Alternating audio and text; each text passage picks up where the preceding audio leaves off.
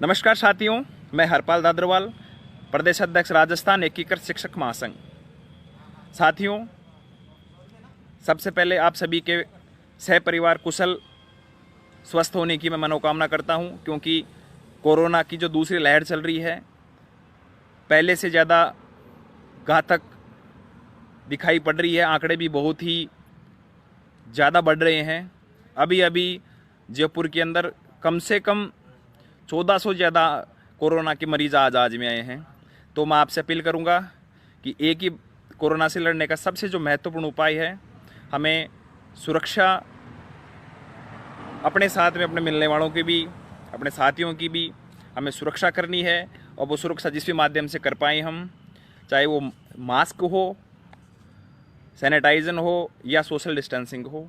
जैसा कि अभी कर्फ्यू लग रहा है, हो सकता है आने वाले समय में लॉकडाउन भी हो, तो हमें सरकारी गाइडलाइन का पालन करना है और अपने शिक्षक होने के नाते शिक्षक धर्म की पालना के साथ समाज को भी जागरूक करना है। साथियों, मुद्दों की बात करते हैं। जो कल गिरदावरी की गई, शब्द बोल रहा हूं, गिरदावरी की गई, लेकिन कल संगठनों को डर था कि कल की कल ही गिरदावरी कर दी जाएगी। ये शब्द मैं इसलिए बोल रहा हूं, कई शिक्षक साथी बड़ी बड़ी क्या कहूं कि अखबारों की कटिंग, वहां शक्ति प्रदर्शन करने के हिसाब से आए थे। अपने दस्तावेजों की बड़ी बड़ी पोटलियां बांध के, जिनको बोलते हैं ना पोटलियां, वो बांध के लेके आए थे। उन्हें लगता था कि मैं आज बिल्कुल मेरा दावा ठोक दूंगा और मुझे तो आज ही मान्यता मिल जाएगी। लेकिन साथ ही उम्मीद थी, जैसा मुझे वही हुआ। गिरदावरी की जरूरत क्यों पड़ी और गिरदावरी का जो फरमान जारी हुआ उसके पीछे की पृष्ठभूमि के ऊपर हम जाएं। जैसा कि मैंने निदेशक महोदय के सामने भी ये बात कही थी, ये गिरदावरी के पीछे की पृष्ठभूमि केवल और केवल शिक्षक समुदाय की जो आवाज़ है वर्तमान में तानाशाही शिक्षा मंत्री के खिलाफ, उसको दबाने के लिए की गई। क्योंकि जब उन शिक्षकों के साथ में दुर्व्यवहार किया गया, चाहे वो नाथी का बाड़ा का प्रकरण हो, चाहे शिक्षा मंत्री महोदय के द्वारा सौरभ स्वामी जी को बोर्ड परीक्षाओं के उन्नयन का श्रेय देना हो, शिक्षक समाज जो सामान्य शिक्षक है, तथाकथित शिक्षक संघों के पदाधिकारियों को छोड़कर जो सामान्य शिक्षक है, उसके मन को बड़ा दुख पहुंचा, आहत हुआ। इसलिए सोशल मीडिया व अन्य मीडिया के माध्यम से राज्य सरकार तक ये हमारी आवाज़ पहुंची है। उसी का परिणाम था कि शिक्षा मंत्री शिक्षक संघों की आवाज़ दबाने के लिए गिरदावरी के भय से अपनी तानाशाही को थोपना चाहता था, इसलिए गिरदावरी का फरमान जारी हुआ। क्योंकि साथियों, गिरदावरी की मांग आज की नहीं है, पुरानी मांग है। लेकिन टाइमिंग देखो आप, शिक्षा मंत्री का जब विरोध बढ़ता है, सबसे पहले राजस्थान एकीकृत शिक्षक महासंघ ने शिक्षा मंत्री का पूरे प्रकरण पे इस्तीफा मांगा, साथ ही पुतला दहन किया। जिस दिन हमने पुतला दहन किया उसी दिन शिक्षा मंत्री महोदय द्वारा निर्देशित और श्री सौरभ स्वामी जी निदेशक महोदय द्वारा आदेशित गिरदावरी को लेकर जो पहली मीटिंग निदेशालय बीकानेर में रखी गई, वो आदेश हमें देखने को मिला। और जैसे वो आदेश आया, तथाकथित शिक्षक संघों में एक अलग ही चेतना जग गई। लेकिन उनके सामने यक्ष प्रश्न दो थे कि वो यौन प्रकरण कैसे भी जुगाड़ लगा के अपने संगठन को सरकार के माध्यम से मान्यता दिलाएं। दूसरा ये था कि जो संगठन वास्तव में धरातल की लड़ाई लड़ रहे हैं, उन्हें किसी भी प्रकार से राज्य सरकार द्वारा मान्यता न मिले। और ये कल देखने को मिला। साथियों, जैसे गिरदावरी की जो प्रथम मीटिंग निदेशक महोदय की अध्यक्षता में शुरू हुई, परिचय सत्र चला, हमारे संगठन की ओर से मुझे बोलने का मौका दिया गया। जैसे मैंने खड़ा होकर मेरा परिचय दिया, अधिकांश शिक्षक साथियों के चेहरे, शिक्षक जो पदाधिकारी थे संघों के, उनके चेहरे देखने लायक थे। क्योंकि आज तक उन्होंने राजस्थान एकीकृत शिक्षक महासंघ की आवाज़ सोशल मीडिया व मीडिया के माध्यम से सुनी थी। वो पहली बार प्रत्यक्ष रूप से महासंघ की उस आवाज़ को सुन रहे थे जो वास्तव में शिक्षक हितों के लिए धरातल पर लड़ाई लड़ रही है। साथियों, जैसे परिचय सत्र समाप्त हुआ, उसके बाद में निदेशक महोदय की अनुमति से सभी शिक्षक संघ अपनी अपनी बात कहने लगे। मुद्दा कल गिरदावरी को लेकर था, लेकिन मेरा जहाँ तक मानना है गिरदावरी से ज़्यादा महत्वपूर्ण वर्तमान में शिक्षक समस्याएं हैं जो जलवंत हैं, उनकी बात होनी चाहिए थी। मैंने काफ़ी शिक्षक संघों से आग्रह किया कि उचित माध्यम है, क्यों ना हम शिक्षक संघ एक सुर में गिरदावरी का विरोध करें और पहले शिक्षक समस्याओं के समाधान का हम निदेशक महोदय से आग्रह करें, लेकिन ऐसा हुआ नहीं। मेरा बोलने का नंबर चौथा नंबर था। मेरे से पहले 3 महानुभाव शिक्षक संघों के पदाधिकारियों ने बोला, उनमें से किसी ने भी गिरदावरी के अलावा शिक्षक समस्याओं को लेकर कोई वार्ता नहीं की। जैसा ही मेरा नंबर आया, जो मैंने बात की, लगभग 2 मिनट कुछ सेकंड का वीडियो तो आपके सामने है।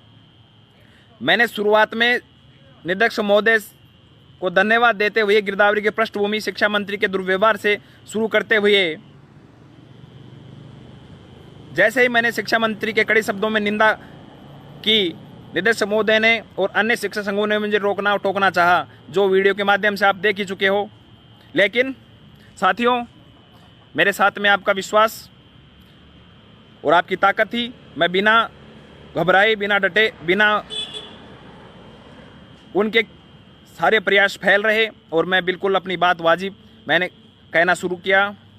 और साथियों, मुख्य बात मैंने तबादलों के लेके गई, क्योंकि तबादले लक्ष्मणगढ़ विधानसभा किए गए और मैंने निदेशक महोदय को याद भी दिलाया कि आपके माध्यम से अखबार में भी ये प्रकाशित हो रखा है कि कुछ तबादले किए गए, बाकी तबादले आचार संहिता बाद में किए जाएंगे।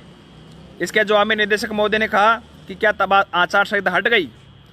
तो मैंने कहा, निदेशक महोदय जी, आचार संहिता हट रही है, लग रही है, हट रही है, लग रही है, बीच में समय था। फिर हम आपसे आग्रह करते हैं कि आचार संहिता 2 मई को हट जाएगी, तो 2 मई के बाद में आप तबादले कर दीजिए। शिक्षा मंत्री ने अभी तबादलों को लेकर निदेशक महोदय को कोई निर्देश नहीं दिया है। जो डीपीसी का निर्देश मिला था शिक्षा मंत्री के द्वारा, उसका निर्वहन निदेशक महोदय करवा रहे हैं। लेकिन जब मैंने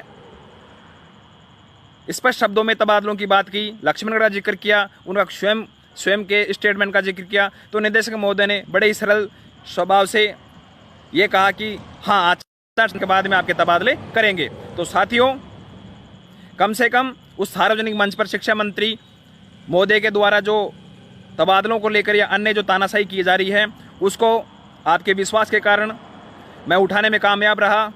लेकिन एक भी शिक्षक संघ ने वरिष्ठ अध्यापकों की तबादलों की मांग नहीं उठाई। मैंने स्पष्ट रूप से वहाँ भी कहा कि शिक्षक संघ मेरे विरोधी हो सकते हैं, ये व्यक्तिगत स्वार्थों की आपूर्ति के लिए मांग नहीं उठाते। तब निदेशक महोदय ने कहा कि धरातल पे, जब मैंने बात कही कि धरातल पे बात करने वाले शिक्षक संघ होने चाहिए, ये चापलूस संगठन नहीं होना चाहिए, तो निदेशक महोदय ने हंसते हुए लहजे में कहा कि धरातल और चापलूस की थोड़ी सी चर्चा भी कर दीजिए। तो मैंने कहा, साहब, जब पिछले 4 माह से वरिष्ठ अध्यापकों के तबादलों को लेकर, तृतीय श्रेणी के तबादलों को लेकर जो आंदोलन किए जा रहे हैं, मुझे एक भी शिक्षक संगठन, यदि सारे बैठे हैं, एक भी बता दे कि जिन्होंने धरातल की लड़ाई लड़ी है।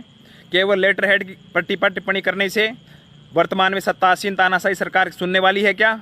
लेकिन सभी शिक्षक संघ मौन थे, किसी के पास कोई जवाब नहीं था। यहाँ तक अधिकांश शिक्षक संघों ने मेरी बात पर आपत्ति लगाई और उन्होंने कहा कि हम गिरदावरी की बात करने आए हैं। तो मैंने कहा कि गिरदावरी से ज़्यादा महत्वपूर्ण शिक्षक समस्याएं हैं।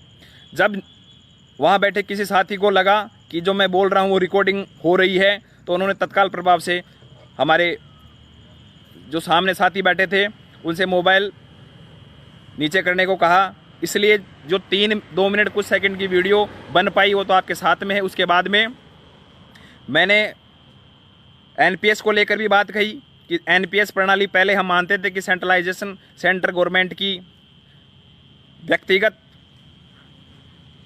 समस्या समाधान करने की जिम्मेदारी बनती है, लेकिन चूंकि मैंने इसका अध्ययन किया, राज्य सूची में शिक्षा न होकर समरवृत्ति सूची में शिक्षा है, तो समरवृत्ति सूची में राज्य सरकार भी नीति बना सकती है और सेंट्रल गवर्नमेंट भी नीति बना सकती है। और कई राज्यों में एनपीएस की जगह ओपीएस है, तो हमने ये भी मांग की कि ओपीएस प्रणाली लागू होनी चाहिए। इसके अलावा वरिष्ठ अध्यापकों के तबादले किए जाए। चूंकि अभी कोरोना काल के अंदर शिक्षकों की ड्यूटियां गृह जिलों में लगाने की बात चल रही है, तो उनका तबादला करके स्थायी समाधान भी कर दिया जाए। विद्यालय खुल नहीं रहे तो पढ़ाई भी व्यवधान नहीं होगी। साथियों, इसके अलावा वरिष्ठ अध्यापकों की जो प्रतीक्षा सूची है, जयपुर जिले के साथ में अन्य जिलों की तृतीय श्रेणी के शिक्षकों का स्थायीकरण का मामला हो। मेरे से जितना बन पड़ा मैंने सारे मुद्दे उठाए और साथ में मैंने मेरे हाथ में मेरा लेटर हेड रखते हुए कहा कि साथ निदेशक महोदय, हमारी वर्तमान में जलवंत समस्याएं साथ हैं, आप इनका निराकरण करवा दीजिए। और जिस प्रक्रिया के माध्यम से आप गिरदावरी की बात कर रहे हैं, हमें उम्मीद है कि उसी प्रक्रिया के माध्यम से, उस लोकतांत्रिक प्रक्रिया में आप यदि शिक्षकों की समस्याएं सुने तो हमें गिरदावरी जैसी नौबत ही नहीं आई। खैर, जितना बन पड़ा मैंने शिक्षकों की आवाज़ वहाँ उठाने का प्रयास किया। बड़ा दुख है, मैं निःशब्द हूँ उन संगठनों के लिए, उन तथाकथित संगठनों के लिए। कुछ संगठनों को छोड़कर, अधिकांश संगठनों को छोड़कर, अधिकांश संगठन, एक दो को छोड़कर सभी ने वहाँ केवल और केवल अपनी गिरदावरी में अपनी मान्यता लेने के जुगाड़ करने में मुझे दिखाई दिए। और जो संगठन कल शाम होते होते अपने शिक्षक साथियों द्वारा प्रश्न पूछे जाने पर कि क्या मांग उठाई, अपनी लेटर हेड और कुछ फोटो सोशल मीडिया पर शेयर कर रहे हैं, मैं उनसे कहना चाहूँगा कि मीटिंग शुरू होने से लेकर अंतिम शिक्षक संघ के पदाधिकारी निदेशालय से बाहर नहीं निकले जब तक मैं स्वयं वहाँ उपस्थित था लगभग, तो उन्होंने कौन से समय निदेशक महोदय से सार्वजनिक रूप से शिक्षक समस्याओं को लेकर वार्ता कर ली। हो सकता है उस समय मेरे कान और आंखें बंद हो जब आपने बात कर ली। कम से कम अब भ्रमित करना छोड़ दो। राजस्थान का शिक्षक अब जाग चुका है। वो आपकी जो ये पॉलिसी है चापलूसी की, व्यक्तिगत स्वार्थों की, उसको समझ चुका है। साथियों, मीटिंग के समाप्ति के बाद में अधिकांश शिक्षक संघ के कई पदाधिकारी मेरे से मिले और उन्होंने, जो मैं व्यक्तिगत रूप से उन पर आरोप लगाता हूँ वो न लगाने की बात कही। मैंने उनसे कहा मैं व्यक्तिगत आरोप नहीं आप पे नहीं लगाता, मैं संगठन पे लगाता हूँ, क्योंकि आप दुर्भाग्य इस चीज़ का कि आप संगठन के पदाधिकारी हो, आपको बात उठानी चाहिए। लेकिन किसी भी संगठन के कान तक जू नहीं रहेंगी। किसी भी संगठन ने कल गिरदावरी के अलावा शिक्षक समस्याओं को लेकर कोई बात नहीं कही। मुझे ये कहने में कोई निसंकोच है कि कल कम से कम 37 शिक्षक संगठनों में से 2-3 शिक्षक संगठनों ने, शायद 2 या 3 शिक्षक संगठन थे, एक तो नॉन टीएसपी संगठन था, उसने वास्तव में ही मुद्दों की बात उठाई। इसके अलावा पुस्तकालय का एक संगठन था, उसने मुद्दों की बात उठाई। इसके अलावा मुझे तो जहां तक लगता है एक भी संगठन ने मुद्दों की बात नहीं उठाई। जब मैंने उनसे बार बार आसपास बैठे थे आग्रह किया तो उन्होंने कहा कि निदेशक महोदय नाराज हो जाएंगे क्योंकि हमें गिरदावरी के लिए बुलाया गया है। साथियों, उनको डर था कि यदि वो निदेशक महोदय के सामने शिक्षा मंत्री के तानाशाही का विरोध करते या शिक्षक की समस्याएं उठाते तो गिरदावरी में उनको मान्यता न मिलती, क्योंकि वो तो पूरी तैयारी के साथ गए थे। कोई संगठन बात कर रहा था, चंदे की बात कर रहा था, कोई संगठन 10 साल 15 साल पुराने संगठन होने की बात कर रहा था। मैंने एक बार बीच में बोला भी, यदि पुराने संगठन शिक्षकों के साथ न्याय करते तो नए संगठन को उदय नहीं होता। लेकिन परिप्रेक्ष्य में आपको मैं शॉर्ट में बात बताऊं तो कल की मीटिंग के बारे में, वहाँ सभी संगठन, तथाकथित संगठन, 1 या 2 को छोड़कर सारे के सारे संगठन अपनी गिरदावरी में अपने संगठन को मान्यता दिलवाने के जुगाड़ में लगे हुए थे। और वर्तमान में जब तक ये प्रक्रिया चलेगी उनका शिक्षक हितों, शिक्षक समस्याओं से कोई लेना देना नहीं है। वो केवल और केवल अपनी गिरदावरी ये न प्रकरण कैसे भी करना चाहेंगे। आप शिक्षक हैं, आप समझ सकते हो।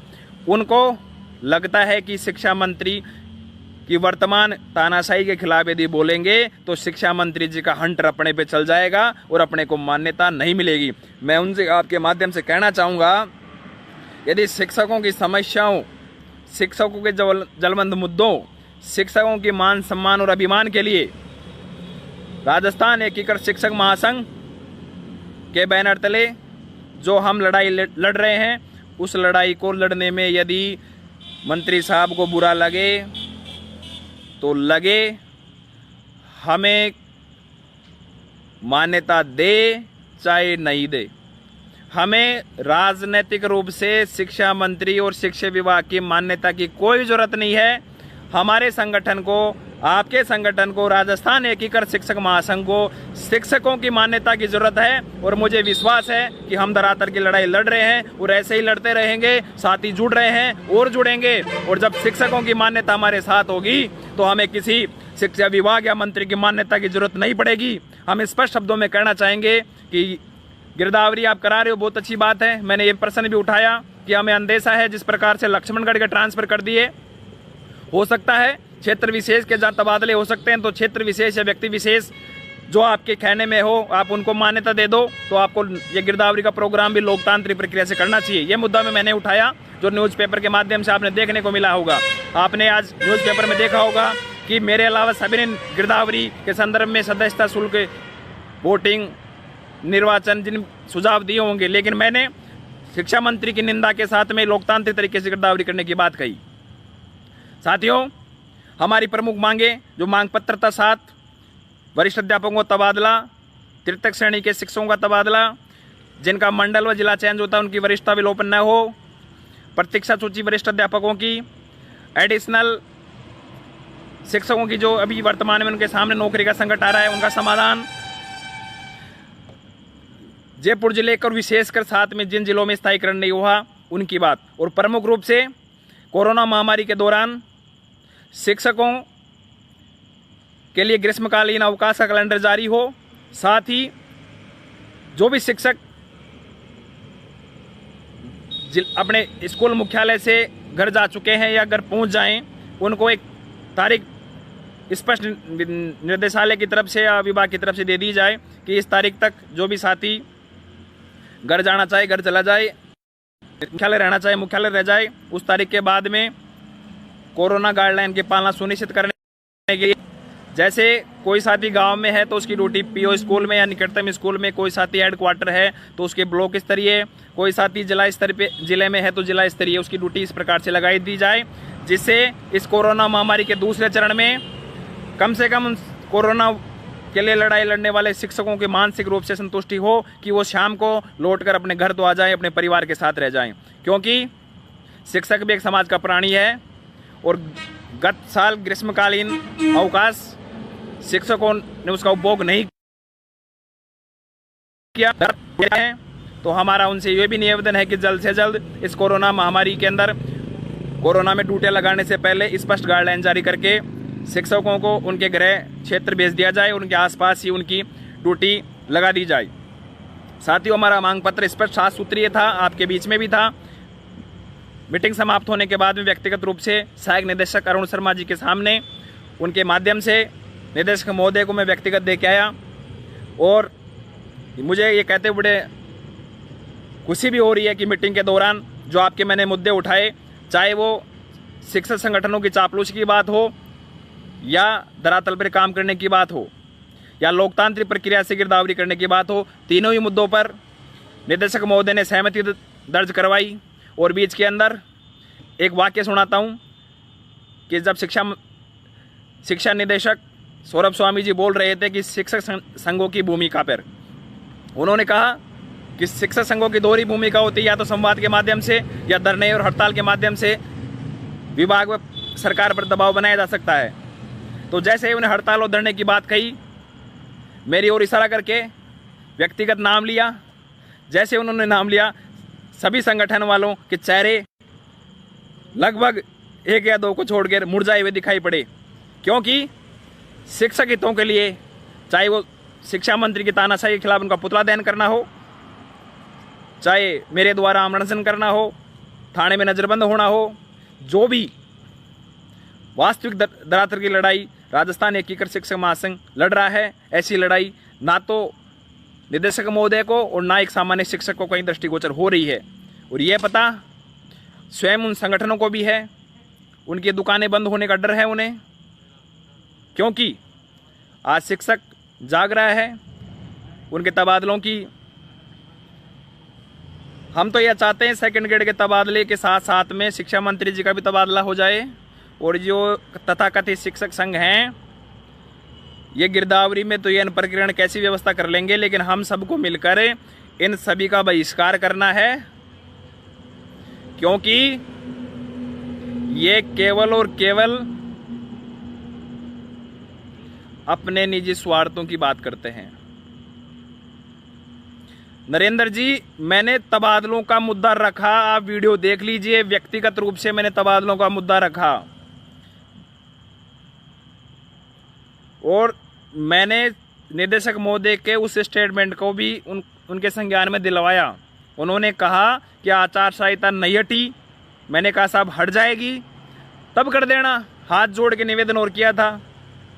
टीएसपी नॉन टीएसपी मामले में निदेशक महोदय ने कहा कि जल्द समाधान करेंगे। साथियों, जो भी महत्वपूर्ण जानकारी थी मैंने आपको दे दी। आगे क्या करना है, आपसे एक ही निवेदन है कि सभी साथी जो वास्तव में शिक्षक समाज के लिए कार्य करना चाहते हैं, धरातल की लड़ाई लड़ना चाहते हैं, अधिकारों की लड़ाई लड़ना चाहते हैं, मान सम्मान और स्वाभिमान की लड़ाई लड़ना चाहते हैं, वो साथी राजस्थान एकीकृत शिक्षक महासंघ से जुड़े, इस परिवार का सदस्य बने। मैं आपको विश्वास दिलाता हूं कि चाहे सरकार कोई भी हो, निदेशक कोई भी हो, हमारे को मान्यता मिले चाहे ना मिले, क्योंकि जहां एक और तथाकथित शिक्षक संघ हैं, दूसरी ओर हमारे कुछ चुनिंदा एक दो संघ हैं जिनका वो लगातार विरोध करते आ रहे हैं, विशेष तौर से राजस्थान शिक्षक महासंघ का, क्योंकि उन्हें लग रहा है कि यदि ऐसा ही चलता रहा, इसको दबाया नहीं गया, तो शिक्षक समाज इनसे जुड़ जाएगा और उनकी दुकानें बंद हो जाएंगी। मैं साथियों आपसे निवेदन करना चाहूँगा फिर से कि आप वास्तविकता से जुड़ें, हकीकत से जुड़ें, आप समझदार हैं। जल्द ही संगठन का एक मिस कॉल नंबर जारी कर देंगे। जो भी शिक्षक साथी हमसे जुड़ना चाहेंगे वो मिस कॉल मार के सदस्य बन जाएंगे, सदस्यता अभियान भी चालू करेंगे। अब बहुत बड़े स्तर पर संगठनात्मक रूप से ढांचे को मजबूत करेंगे। जो भी साथी महासंघ से जुड़ना चाहते हैं और वास्तविक शिक्षकों की लड़ाई लड़ना चाहते हैं, उनका स्वागत है। बहुत बहुत धन्यवाद। आप सभी जुड़े, आईपीएल जैसे महोत्सव को छोड़कर, उसके लिए भी धन्यवाद। जल्द सभी साथी फिर मिलेंगे। आपसे बात करके बहुत अच्छा लगता है, अपनत्व का एहसास होता है। आप सभी और हम एक परिवार के सदस्य हैं, शिक्षक समाज है, हम एक परिवार के सदस्य हैं और परिवार के सदस्य के साथ किसी के साथ भी अन्याय न हो, हमें ये लड़ाई लड़नी है। सोमवार को जयपुर जिले के तृतीय श्रेणी के शिक्षकों के नियमितीकरण व स्थायीकरण के आदेश जारी नहीं हो रहे, उनको लेकर मैं जिला परिषद सीओ और डीओ से मुलाकात करूंगा। जो भी साथी आना चाहें उनका स्वागत है, मिलकर हमारी वार्ता करेंगे। धन्यवाद सर, बहुत बहुत धन्यवाद। जितना हो सका और जितना हो पा रहा है, मैं शिक्षक समाज के मान सम्मान और अभिमान की लड़ाई लड़ रहा हूँ। आप सभी साथियों का सहयोग अपेक्षित है। मुझे उम्मीद है साथी जुड़ रहे हैं, आगे भी जुड़ेंगे। धन्यवाद। कोरोना काल में अपना भी ध्यान रखें, अपनों का भी ध्यान रखें। शिक्षक का जो धर्म है, शिक्षक का, उसकी भी पालना करें। बहुत बहुत धन्यवाद। शुभ रात्रि।